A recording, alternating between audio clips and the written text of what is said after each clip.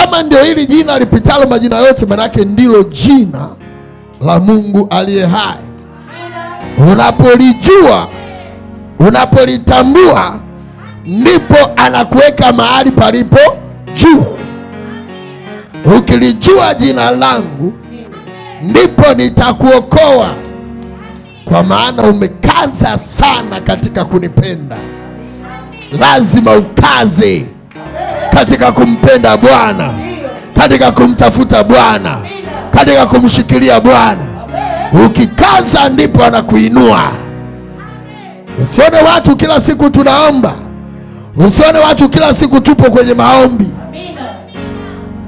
Ni katika hali ya kukaza. Katika hali ya kukaza unachukulia poa, unajipangia ratiba za kumwabudu Mungu. Hamna cha ratiba, wakati wote ombeni bila kuchoka, bila kukoma. Ombeni bila kukoma. Hapo ndipo katika kukaza kwenyewe. Haleluya. Unapokaza katika kumtafuta Bwana, ndipo anakuokoa.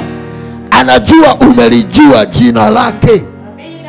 Sema Bwana Yesu, Bwana Yesu, kuanzia leo nitalijua jina lako, nitalitumia jina lako, nitakuomba kwa jina lako, kwa jina la Yesu Kristo aliye hai. Anasema nimewapa mamlaka ya kukanyaga nyoka na nge. Hayo mamlaka utayajua kwa kupitia jina. Mamlaka utakuwa nayo ikiwa amekuweka mahali palipo juu. Hauwezi ukakikanyaga kitu kiko juu yako. Unakikanyaga kitu kilicho chini yako. Kikishawekwa chini, ndipo mamlaka ya kukanyaga unapewa. Sema amen. Sema amina mbele za Bwana. Sema amina, wachawi wasikie, wajue ya kwamba leo umewaweka chini. Pepo lolote lile limewekwa chini kuanzia leo. Anapozungumza kwa habari ya nyoka na inge, maana yake anazungumza kwa habari ya mapepo aina zote. Yawe chini ya miguu yako kuanzia leo. Natamka mamlaka yaingie ndani yako. Kama kuna mchawi yoyote amekuwa akikukalia haupumui, akikukalia hautembei, akikukalia haupigi hatua, leo namweka chini ya miguu yako. Utemkanyaga kwa jina la Yesu Kristo aliye hai. Sema amen. Uko tayari kuwakanyaga? Uko tayari kuwaweka chini? Uko tayari kuangusha? Sema amina mbele za Bwana. Nyosha mkono wako juu. Nyosha mkono wako juu. Sema Bwana Yesu, kila mamlaka zilizoinuka, kila falme zilizoinuka, kila ngome zilizoinuka, kuanzia leo ziwekwe chini, ziwekwe chini. Kuanzia sasa nazikanyaga, zipo chini yangu kwa jina la Yesu. Piga kelele ya ushindi. Sema amen. Bado sijasikia amina za watu ambao wameinuliwa mahali palipo juu. Wewe ukikatishwa mahali palipo juu, hautakuwa mtu wa hofu tena, hautakuwa mtu wa kuogopa tena, hautakuwa mtu wa kunyamazishwa. Ndani ya ibada utakuwa na moto, kwenye nyumba yako utakuwa na moto, kwenye kazi yako utakuwa na moto. Haijalishi adui amekupiga namna gani, lakini ukiinuliwa mahali palipo juu, una uhakika wa ushindi kila wakati. Una uhakika wa kuwapiga kila wakati. Na hapa ninaongea, ninatamka juu ya watu ambao Mungu anaenda kuwainua, Mungu anaenda kuwapandisha. Nimepewa sauti ya kukutamkia kupandishwa. Nimepewa sauti ya kukutamkia kubarikiwa. Nimepewa sauti leo ya kukutamkia ushindi na uponyaji wako uliochelewa. Kila kilichocheleweshwa leo kikafunguliwe kwa jina la Yesu. Sema amen mbele za Bwana. Haleluya. Watesi wanaweza wakakuchelewesha kuolewa, wakakuchelewesha kuoa, wakakuchelewesha kuzaa, lakini hawawezi kufunga wakati wote. Kuna wakati itafika, nguvu za Mungu zitapasua miamba. Kuna wakati itafika, baraka yako itafunguliwa. Nimetumwa kuwaganga waliovunjika moyo. Natamka kuanzia sasa, wewe ni mtu ambaye umeshabarikiwa. Baraka zako katika ulimwengu wa roho na baraka zako zitashuka kwenye ulimwengu wa mwili. Yale uliyoyaona kwenye ulimwengu wa roho yatajidhihirisha katika ulimwengu wa mwili. Kila pepo iliyokushikilia leo ikakuachia kwa jina la Yesu. Kila mamlaka iliyozuia hatua zako, natamka kuanzia sasa, hiyo mamlaka ya shetani, hiyo mamlaka ya giza, hiyo mamlaka ya ngome za uchawi, haijalishi ni ukoo, haijalishi ni familia, zinaenda kuachia kwa jina la Yesu. Sema amina mbele za Bwana. Haleluya, haleluya. Hapa ninapoongea nashindana na falme na mamlaka, lakini Yesu anasema nimeziweka chini. Nimeziweka chini. Zipo chini ya miguu yenu. Zipo chini ya miguu yenu. Hata kuna falme za kiukoo, kuna falme za kifamilia ambazo zinafunga watoto wanapozaliwa. Mtoto akizaliwa tu wanamuai, wanamkamata, wanaanza kuchomeka vitu kwenye mwili wake. Hizo falme na hizo mamlaka nazitamkia leo. Achia watoto wa Mungu. Achia watoto wa Bwana. Familia ziachie watoto. Koo ziachie watoto. Kuna watoto wamepangiwa mambo makubwa katika ulimwengu wa roho. Wengine ni manabii, wengine ni mitume, lakini wanamfunga kinywa chake. Wanajua ni kinywa chenye mamlaka. Leo ninatamka kwa jina la Yesu, achieni watoto wa Bwana. Achieni watoto wa Mungu. Sema amen. Sema amina mbele za Bwana. Yesu, mtoto kama huyu ameshapewa kitu ndani yake cha Mungu. Wachawi wao wanaona mapema. Nyota imezaliwa. Nyota imezaliwa. Wakati Kristo alipozaliwa Yesu, Herode aliona kuna nyota, akapata habari kwamba kuna mfalme wa Wayahudi, kuna nyota inazuka. Akapiga hatua, akawatuma watu wakapambane na hiyo nyota. Ifuatilieni tujue muda na wakati mtoto alipozaliwa. Sema amen. Kwa watoto wanapozaliwa ujue wamekuja na nyota zao, wamekuja na ufalme wao, na huo ufalme sio wa kwenye ukoo wenu, ni ufalme wa kutoka kwa Bwana. Sasa ukoo ndipo unapoanza kung'ang'ania kumpachika ufalme wa kiukoo. Lakini anapozaliwa anakuwa pure kutoka kwa Jesus only.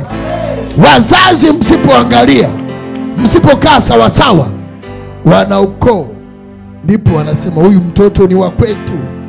Wanaanza kumzindika, wanaanza kumkabidhi, wanaanza kumrusha kwenye matuta, wanaanza kumrusha kwenye makaburi, wanaanza kumpeleka kwenye mashamba yao ili awe mtoto wa ukoo. Leo kila mtoto tunamtoa kwenye ukoo, tunamrudisha kwenye ukoo wa Yesu pekee. Tunamkabidhi kwenye familia.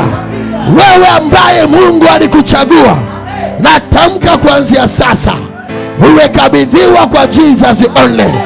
Na familia iliyokushikilia, ngome za ukoo zilizokukamata ambazo zinasema huyu ni wa kwetu, kuanzia leo sio wa kwao tena.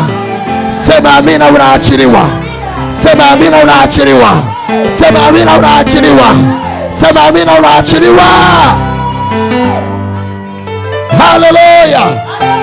Wakiona ya kwamba huyu ni wa Bwana, wanaanza kukuzimisha, wanaanza kukupachika vitu vya kwao, wanaanza kukuchomeka vitu mapando.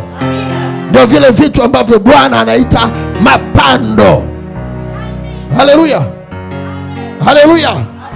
Unanisikia ama unanisikia? Leo mapando yote yanatoka kwenye maisha yako. Nabii Yeremia anapewa misheni. Nimekuweka juu ya mataifa. Wewe ni nabii wa mataifa, kazi yako ni kung'oa, kubomoa na kuharibu. Kwa hiyo kuna vitu vinatakiwa kung'olewa. Kuna vitu vinatakiwa kubomolewa. Kuna vitu vinatakiwa kuharibiwa. Leo tunaharibu vyote. Leo tunang'oa mapando yote yaliyopandikizwa usiku wa manane. Watoto wako ni watoto wa Bwana, sio watoto wa huo ukoo. Ukoo huo umepitia tu. Wasinganganie kusema huyu ni wa kwetu, huyu ni damu yetu. Ndio maana maombi ya Kikorea unasikia wanasema, wanaosema ndio hao falme za kiukoo, za kifamilia. Haleluya. Haleluya. Yesu alikuja kutukomboa, na kwa kupitia ukombozi wake akatukabidhi tukawa wana. Akatufanya tukawa wana wa Mungu. Kwa sababu hapo mwanzo tulikuwa wana. Unapozaliwa wewe ni mwana wa Mungu. Lakini mambo ya kiukoo, miungu mingine, ndiyo inayokuja kuanza kuleta utaalamu wao na kuanza kumiliki kwamba mtoto huyu ni wa kwetu. Haleluya. Mila na desturi, jadi. Unasikia mtoto wa kwanza ni mtoto wa babu, au utasikia mtoto wa pili ni mtoto upande wa mama yake, huyu wa kwanza ni upande wa baba. Kwa nini wakabidhiane? Why? Sababu gani wafanye wakabidhiane mtoto? Kwa nini usiseme tu ni mwana wa Mungu? Leo ninatamka wewe ni mwana wa Mungu aliye hai. Wewe ni mwana wa Mungu aliye hai. Ukoo hauwezi kukufikisha mbinguni. Familia haiwezi kukufikisha mbinguni. Wewe tafuta kaza katika kumpenda Bwana. Ukikaza ndipo anajua umelijua jina lake, anakuweka mahali palipo juu na kukuokoa. Kwa nini unahitaji kuokolewa? Unahitaji kuokolewa kwa sababu umewekwa mateka. Yaani ukoo wako umekuweka wewe mateka.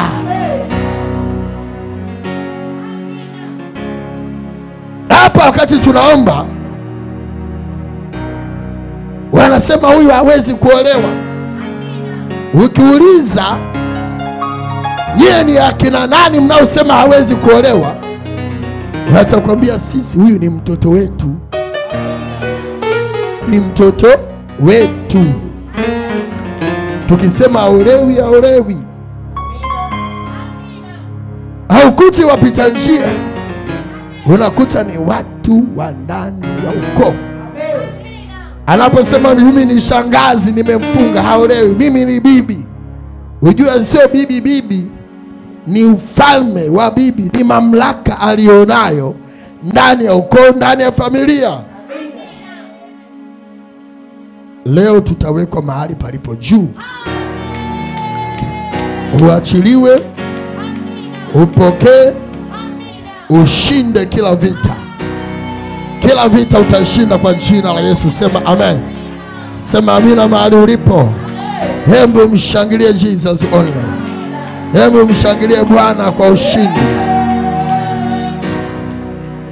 Naomba upate kipeperushi haraka haraka kinachosema Ibilisi ni mhujumu wa uchumi.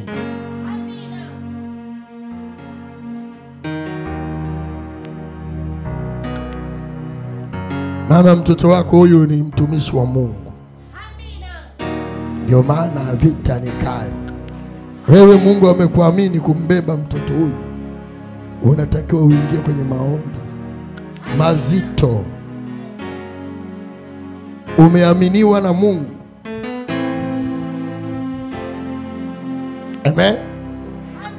Unapopewa assignment kama hiyo, unatakiwa kweli ukaze katika kumpenda Bwana. Amen. Sawa si sawa? Kamata kipeperushi alafu kiinue juu. naomba na mimi unipe kipeperushi cha kwangu.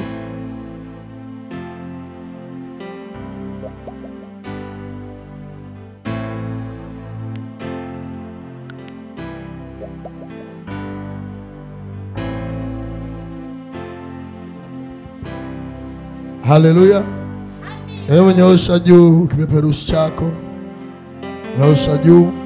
Ibilisi ni mhujumu uchumi. Sema Bwana Yesu. Bwana Yesu. Kupitia neno ndani ya kipeperushi hiki, kila mhujumu wa uchumi wangu akafunuliwe, akajulikane, akapanguliwe, akaachilie uchumi wangu, akaachilie neema yangu, akaachilie baraka yangu.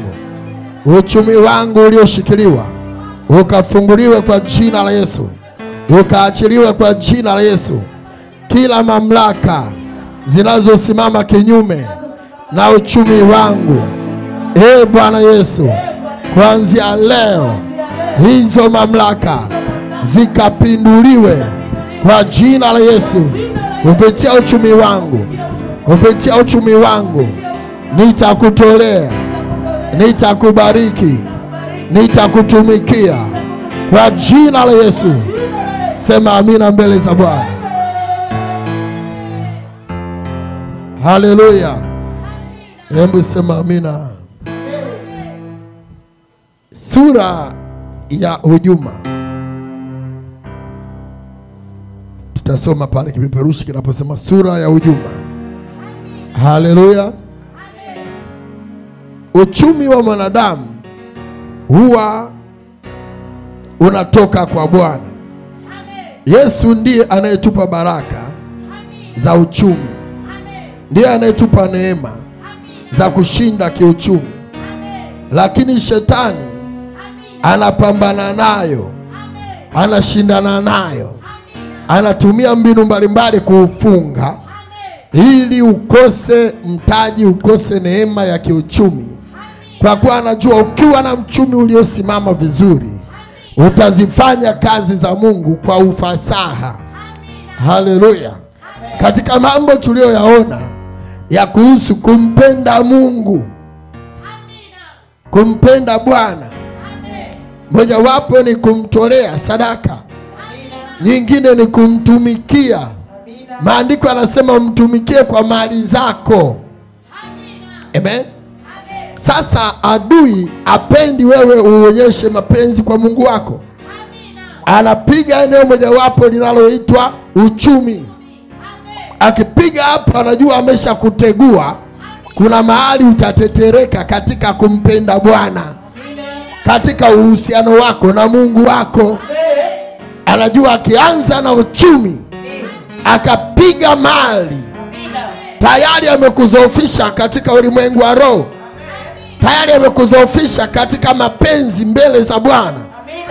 Tayari kuna hali fulani ya kumkufuru Mungu anaipenyesha ndani yako. Kwa nini namtumikia Bwana na wakati anilindii uchumi wangu? Unaanza kumkufuru. Ndicho anachokitafuta adui, kumkufuru Bwana. Ujione kwamba wewe ni maskini, ujione ya kwamba wewe hauwezi. Lakini Mungu wetu ni Mungu ambaye ni wa utajiri. Ni Mungu wa utajiri anayetupa baraka na nguvu za kupata utajiri. Sema amen. Soma. Ibilisi ni mhujumu uchumi. Roho Mtakatifu awe nanyi makuhani wa Kristo.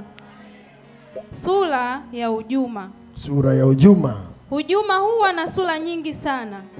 Kutokana na mfumo wa maisha ya mtu. Mfano, uvamizi, ajali za ajabu, moto, upepo, magonjwa sugu hayaishi. Miradi inakufa hovyo kwa kila unalolianzisha. Kitabu cha Ayubu sura ya 1 mstari wa 9 hadi wa 11. Ndipo shetani akamjibu Bwana na kusema, je, Ayubu anamcha Mungu bure? Je, wewe hukumzungushia kwa ua pande zote? pande zote, yeye na nyumba yake na kila kitu alichonacho? Kazi ya mikono yake umeibariki, na mali zake zimeongezeka katika nchi. Lakini nyosha mkono wako sasa, uuguse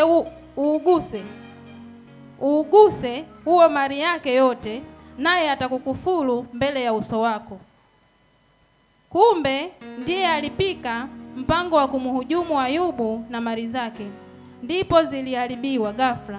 Kitabu cha Ayubu sura ya 1 mstari wa 13 hadi wa 17. Ayubu alikutwa na mashambulizi 4 mfululizo. Amen. Amen.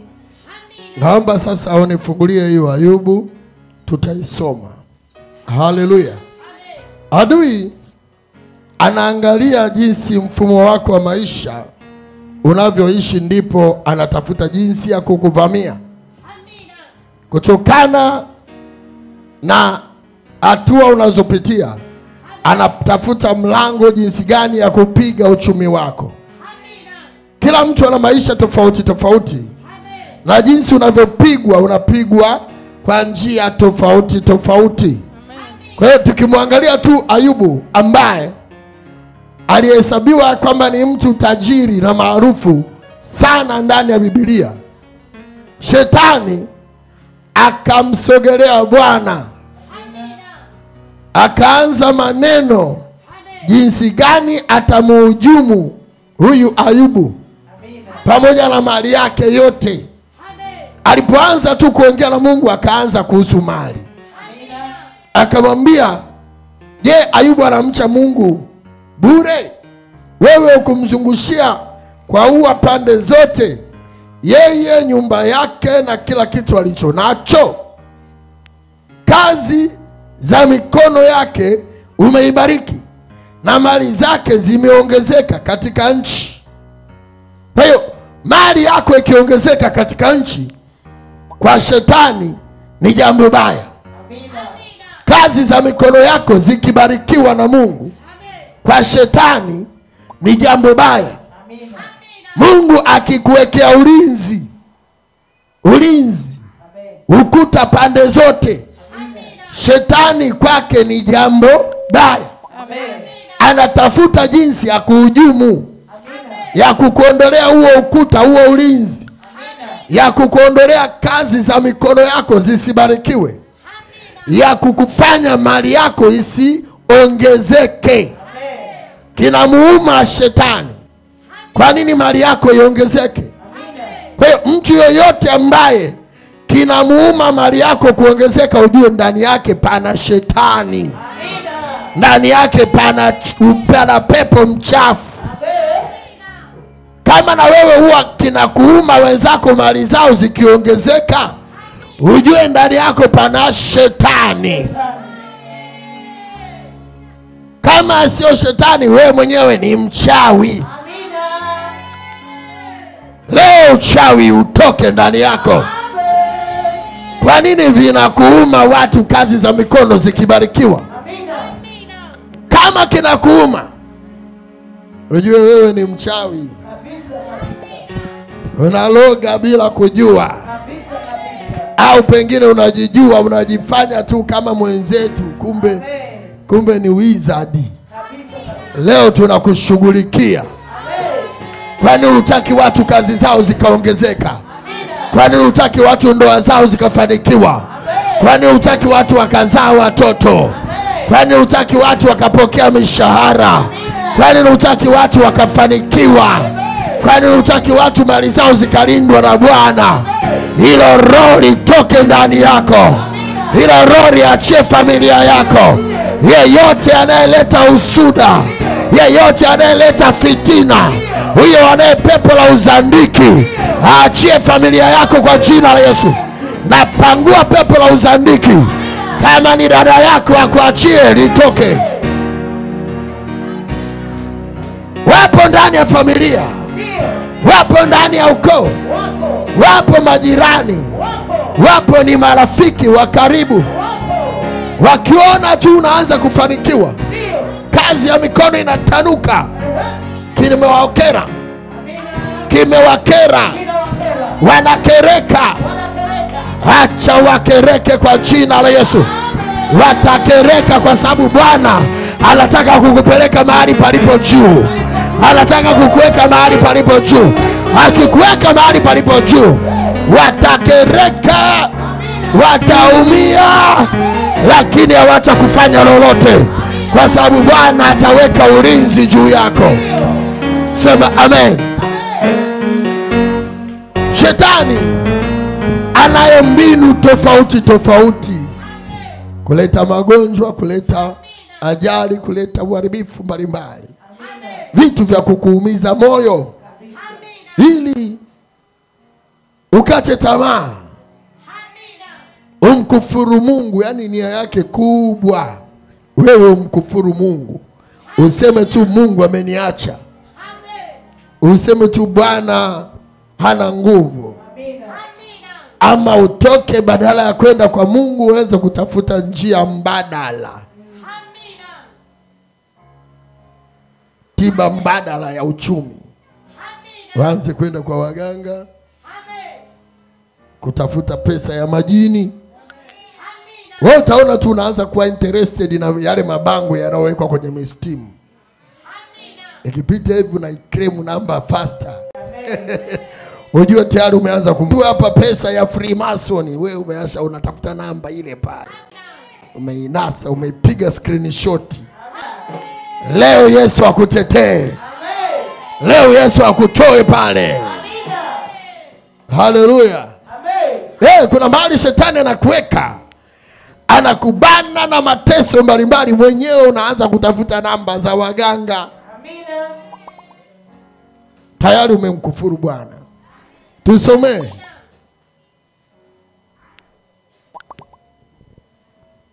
Amen. Nitasoma kitabu cha Ayubu. Yes. Sura ya kwanza mstari wa 13 hadi wa 17. Ndio. Roho Mtakatifu atufunulie maandiko. Amen. Ilitukia siku moja. Siku moja. Hao wanawe na binti zake. Walipokuwa wakila na kunywa divai. Ndio. Katika nyumba ya ndugu yao mkubwa. Mjumbe akamfikiria Ayubu na kumwambia. Akamwambiaje? Hao ng'ombe walikuwa wakilima. Ng'ombe walikuwa wakilima. Na punda walikuwa wakilisha karibu nao. Punda nao wanalisha karibu yao. Mara Waseba wakawashambulia na kuwachukua. Wakaenda nao. Naam. Wamewaua hao watumishi. Na watumishi nao wameuawa kwa makali ya upanga. Mimi peke yangu nimepona. Mimi tu kukuletea habari. Mstari wa 16. Huyo ni mjumbe. Amen. Haleluya. Amina. Huyo ni mjumbe, amekuletea tu habari. Mjumbe hauawi. Amen. Haleluya. Mjumbe afanye nini? Hauawi. Kakuletea news aliyo. Amen. Kama ulikuwa hujui na ujumbe juu yako. Amen. Usinirushie mawe. Amina. Nikupe ujumbe nisikupe ujumbe. Akamwambia watoto wake walikuwa wanapata sherehe, wanakunywa wine. Ng'ombe wanakula, wanalisha, punda wanalisha. Amina. Wakatokea wanani hawa? Waseba. Amen. Watu unaweza ukawalaumu Waseba kwamba ndio waliovamia mali ya Ayubu. Wakapiga ng'ombe, wakapiga punda, wakaondoka nao. Wakasepa na kundi la ng'ombe. Wakaua na watumishi kwa makali ya upanga. Lakini mhujumu uchumi aliyefanya hujuma ni Ibilisi mwenyewe. Ndiye aliyeenda mpaka kwa Mungu na kuomba kibali. Kwa Waseba utawalaumu. Kuna watu utawalaumu, kumbe walivaliwa. Walivaliwa na roho za kuhujumu uchumi. Unajua mapepo yanaweza kuvaa chochote kile. Yanaweza kuvaa hata kwenye gari. Unashangaa gari linayumba, linakupeleka machakani, likaue.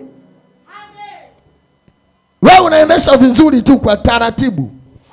Unashangaa kufumba na kufumbua gari limeenda kwenye mtaro. Kumbe pepo linaweza likavaa kwenye gari. Linaweza likavaa kwa wanyama. Amen. Inaweza likavaa hata kwa mbwa, kwa kuku. Unashangaa mbwa anakutimua tu mbio, huna kosa lolote, anakutimua tu mtaani. Kumbe lile mbwa lina pepo. Sawa si sawa? Si unakumbuka Yesu alifanya mapepo yakaingia kwa nguruwe? Si aliwavaa nguruwe wakaanza kukimbia ovyo? Yanaweza, mapepo yanavaa chochote. Yanaweza kuvaa mtu, yanaweza kuvaa kitu. Kwa hiyo mapepo yale yakavaa kwa hawa watu wanaoitwa Waseba, yakashambulia maisha ya Ayubu. Wakaondoka na lile kundi. Kwa hiyo mwanadamu anaweza akavaliwa, viumbe vinaweza vikavaliwa na pepo. Hiyo ndio utaratibu wa mapepo. Unaweza ukamlaumu mtu, kumbe kuna spirit imetumwa kwake, imemvaa. Shida ni wewe ndio umehujumiwa. Kinachotakiwa ni kudili na ibilisi, shetani. Hiyo juma yote ipinduliwe. Ndio. Tuendelee mjumbe. Amina. Mstari wa 16. 16 anasemaje? Huyo alipokuwa akali akinena, akatokea na mwingine. Akatokea tena mwingine na kusema, messenger huyo. Amina. Moto wa Mungu umeanguka kutoka mbinguni. Moto umetoka wapi? Mbinguni. Mbinguni. Amina. Ni moto wa nani? Wa Mungu. Moto ni wa Mungu. Amen. Lakini aliyehujumu ni nani? Shetani. Kwa hiyo shetani anaweza kutumia chochote kile. Hata kama kimetoka kwa Mungu, anaweza akakitumia kukuharibia maisha. Amen. Moto ni wa Mungu. Na moto umetoka mbinguni. Lakini shetani ndiye anayeutumia.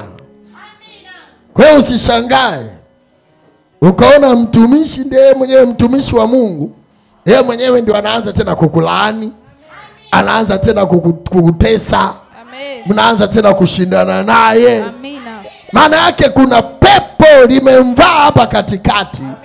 Shetani ndiye mwenyewe anakuhujumu wewe. Amen. Anaweza hata akavaa mtumishi wa Mungu. Amen. Usishangae, sema sishangai tena. Sishangai tena. Sasa nimeelewa. Sasa nimejua. Kama hujajua wewe bado ni mtoto, ukikua utajua. Amina. Utajua ukiwa mkubwa. Tuendelee. Amen.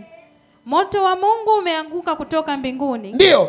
Na kuwateketeza kondoo na wale watumishi na kuangamiza. Mimi peke yangu nimepona, mimi tu kukuletea habari.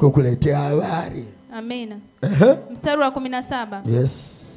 Huyo alipokuwa akali akinena, akatokea na mwingine tena na kusema, Wakaldayo walifanya vikosi vitatu. Wakawaangukia ngamia. Ndio. Wakaenda nao. Naam. Wamewaua wale watumishi kwa makali ya upanga. Yes. Mimi peke yangu nimepona. Mimi tu kukuletea habari.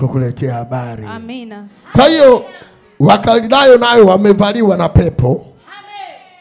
Ni watu. Amina. Pengine hata hujakorofishana nao. Amen. Unashangaa mtumishi. Amina. Mbona mimi sina shida naye huyu mama? Amina. Mbona mimi sijawahi kukorofishana naye? Mbona mimi namtendea mema? Amina. Mbona mimi tena ndio nimemsomesha? Amina. Leo amenigeuka. Amen. Mbona huyu binti nimemlea mwenyewe? Amen. Leo tena ananipiga kwa makali ya upanga. Amen.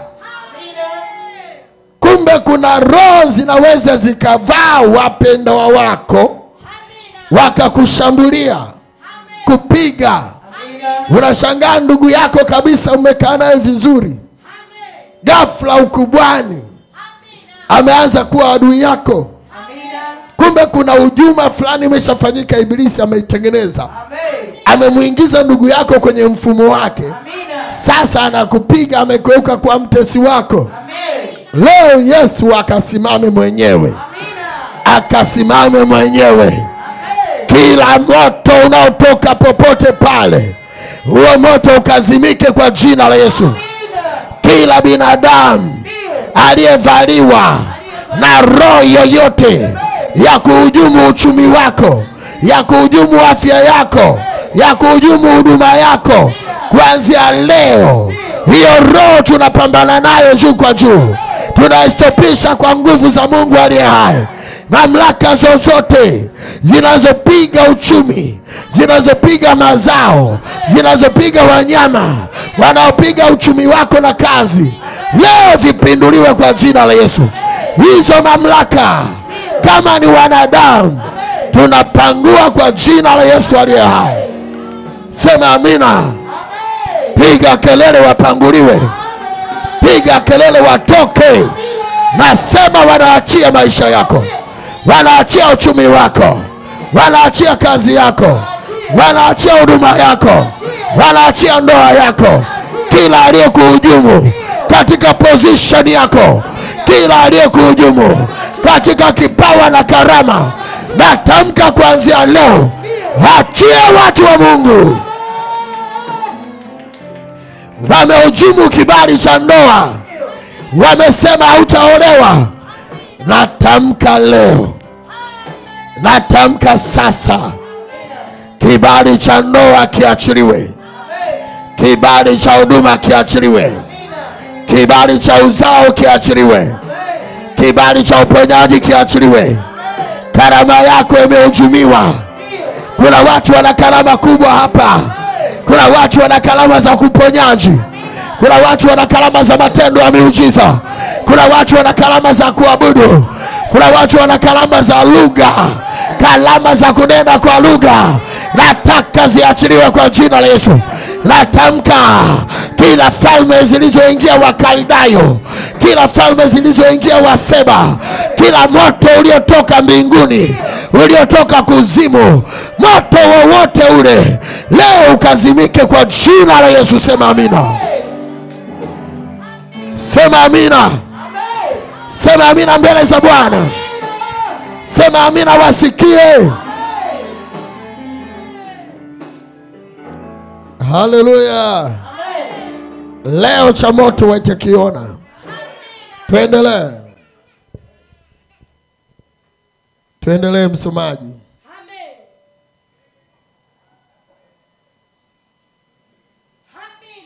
Yes. Mstari wa 18. 18 unasemaje? Huyo alipokuwa kali akinena, ndio akatokea na mwingine. Mwingine tena, mashambulio mfululizo. Yani huyu hajamaliza. Huyu tena naye ametokea. Yani ni mashambulizi kwenye uchumi wako. Amina. Leo kabla hujafumba unaambiwa hapa ada, unadaiwa ada. Amina. Wakati ule hujakaa sawa, mjumbe mwingine anakuambia kodi ya nyumba. Amina. Leo ndio kesho ubebe magodoro uende. Amen. Kabla hujamaliza DAWASA nao wameingiza ka message chwa. Amen. Wajumbe hao. Wote wanadili na uchumi wako. Amina. Wote wanapambana na uchumi wako. Amen. Kabla hujakaa sawa, yule una kibajaji chako au kibodaboda ambacho umemkabidhi mtu kwa mkataba, anakupigia simu, nimekamatwa na trafiki. Haleluya. Amen. Nakwambia nimekamatwa, ongea naye, ongea naye. Niongee naye nini bwana? Amen. Niongee naye kitu gani? Amen. Amen. Haleluya. Amen. Kabla hujakaa sawa, mjumbe mwingine naye anakupigia. Yote yanadili na uchumi wako. Leo Yesu, leo kwanza wajumbe wakae kimya. Amen. Wajumbe kwanza watulie. Tunataka kusema na Mungu wetu hapa. Tunataka kusema na Bwana wa mabwana. Tunataka kusema na Mungu wetu hapa. Tukisema naye anatupa nguvu ya kupata utajiri. Tukisema naye anafungua ngome, anafungua milango, anafungua njia. Amen. Haleluya. Amen. Kwa maana yeye ndiye njia na uzima. Amen. Soma mjumbe. Amina. Nitarudia mstari wa 18. Rudia. Huyo alipokuwa akali akinena, akatokea na mwingine tena na kusema, anasemaje huyu? Wanao na binti zako walikuwa wakila na kunywa divai, ndio, katika nyumba ya ndugu yao mkubwa. Mara tazama, upepo wenye nguvu ukatoka pande za jangwani, ukaipiga hiyo nyumba. Upepo nao hujamkwepesha. Amen. Ibilisi anatumia hadi upepo. Amina. Yaani upepo wenyewe unabebeshwa maroho. Amen. Ya kukushambulia. Amina. Ndio. Ukaipiga hiyo nyumba. Pembe zake 4. Nayo ikawaangukia hao vijana. Nao wamekufa. Na mimi peke yangu nimepona mimi tu. Kukuletea habari. Amina. Wajumbe wakaishia hapo. Amen. Amen. Amen. Unaona jinsi ya ibilisi anavyoweza kupanga mashambulizi. Amina. Anashambulia kwenye mali, kwenye mifugo. Anarudi sasa mpaka kwenye uzao. Anaanza kushambulia watoto. Anatuma tu upepo, watoto wako wanaanza kuvurugikiwa. Watoto wako wanaanza kuwa wasioeleweka. Inawezekana watoto hawajafa kama watoto wa Ayubu, lakini kuna upepo fulani umetoka mashariki, uliwapitia, wamekuwa ni kitu kisichoeleweka. Sema amen. Kwa hiyo lazima tupambane na upepo mahali unapotokea. Nguvu iliyobeba ile spirit inayotembea na ule upepo isiwazoe watoto wetu. Kwa maana watoto ambao Mungu amekupa ni baraka. Ni baraka za kiuchumi wa baadaye. Wanatakiwa waje wakulee, wakutunze. Wahakikisha unazeeka vizuri, unakufa vizuri, unaendelea kuwa mahali palipo juu. Lakini ule upepo ukawapitia, wanaharibikiwa. Unaona tu wanapotea mwelekeo, wanapoteza mwelekeo mapema. Nasema kama kuna upepo wowote umetumwa kwa watoto wako, huo upepo tunaustopisha kwa jina la Yesu. Nimeustopisha kwa jina la Yesu Kristo. Watoto wetu hawatapitiwa na ule upepo wa mashariki. Ulikuwa unatoka mashariki? Hebu angalia vizuri kwenye Biblia yako. Na wewe unakuja na Biblia kuanzia Jumanne. Kwa nini uje na Biblia? Sema amen. Rudia tena ule mstari. Upepo kutoka jangwani. Amen. Manake ni roho ya ukame. Amina. Jangwani kuna maroho gani? Ya ukame. Njaa. Hamna kinachozaliwa pale. Kwa upepo ukitokea jangwani, yani ule upepo unatembea na jangwa. Ukikupitia na wewe unakuwa jangwa. Hautakaa uzalishe chochote. Hautakaa umee chochote. Kila kinachotoka kwako ni ukame. Maisha yako yamekuwa makame. Maisha yako yamekaukiwa. Kizazi chako kimekaushwa na upepo wa jangwani. Leo tunakataa na kustopisha ule upepo wa jangwani kwa jina la Yesu. Sema amina. Sema amina. Upepo unastopishwa leo. Hebu simama mahali ulipo. Simama kabisa. Simama, tunataka tumwambie Yesu atustopishie upepo wa jangwani. Ulikuwa ni mwana maombi, lakini upepo wa jangwani ukakupitia. Maombi yamekauka. Maombi yamekauka. Leo Yesu anastopisha ule upepo. Tunaugeuza upepo urudi tena jangwani. Kama walikuchupia roho yote, magonjwa, uharibifu ya jangwani vinaambatana na huu upepo, leo Jesus only akajitukuze mwenyewe, akaonekane mwenyewe. Inua mikono yako sasa.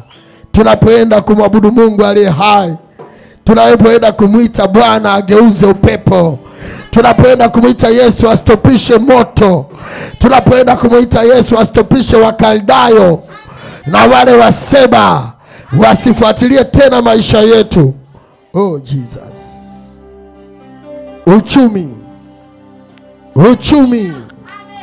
uchumi wako, uchumi wako, uchumi unaenda kuinuliwa, baraka zinaenda kuachiliwa. Oh Jesus. Oh. Anatengeneza njia. Asante Bwana.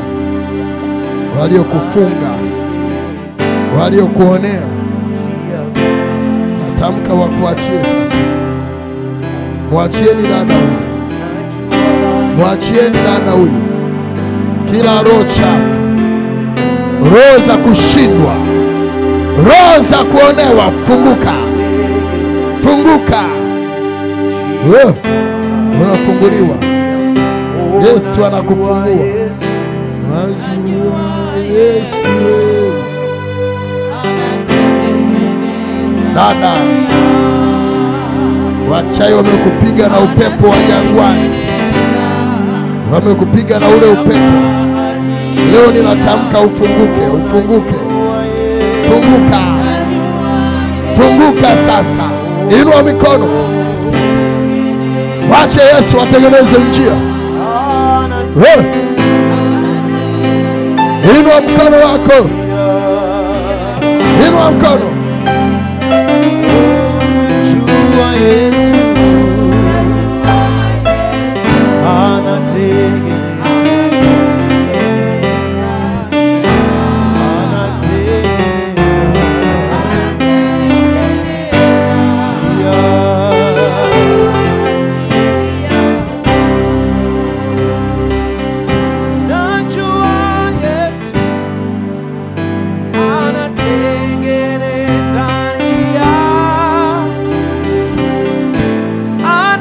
anatengeneza. Ufungue moyo wako, wache Yesu atakumimina uponyaji. Kuna umande utaachiliwa juu yako.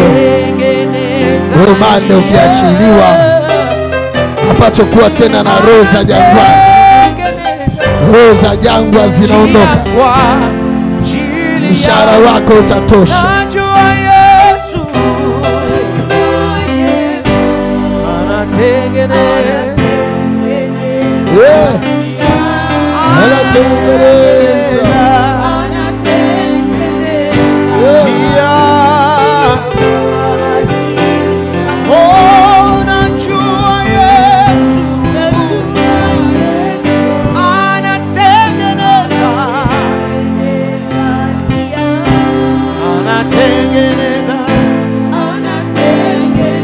Asante Bwana.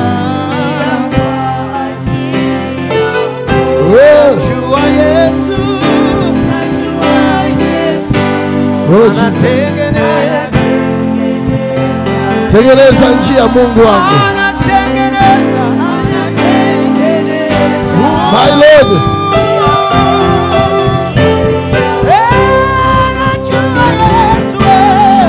Fungua moyo wako. Nataka uimbe. Nataka ufungue kinywa umwimbie Bwana. Mwambie Yesu tengeneza njia. Asante Bwana.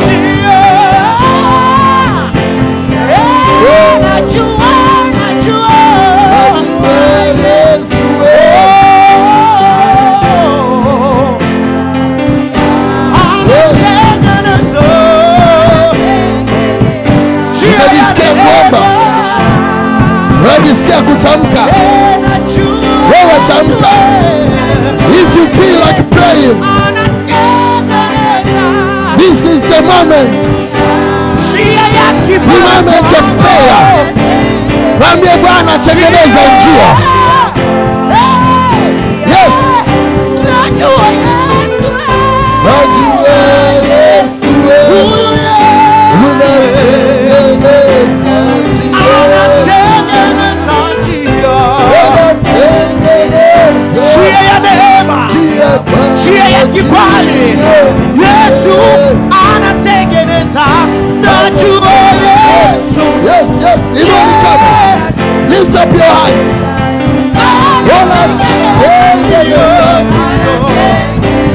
My God.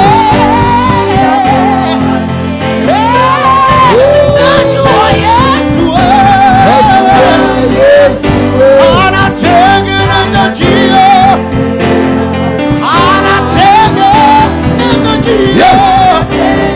tayari naiona njia ya kukombolewa, njia ya uchumi kufunguliwa,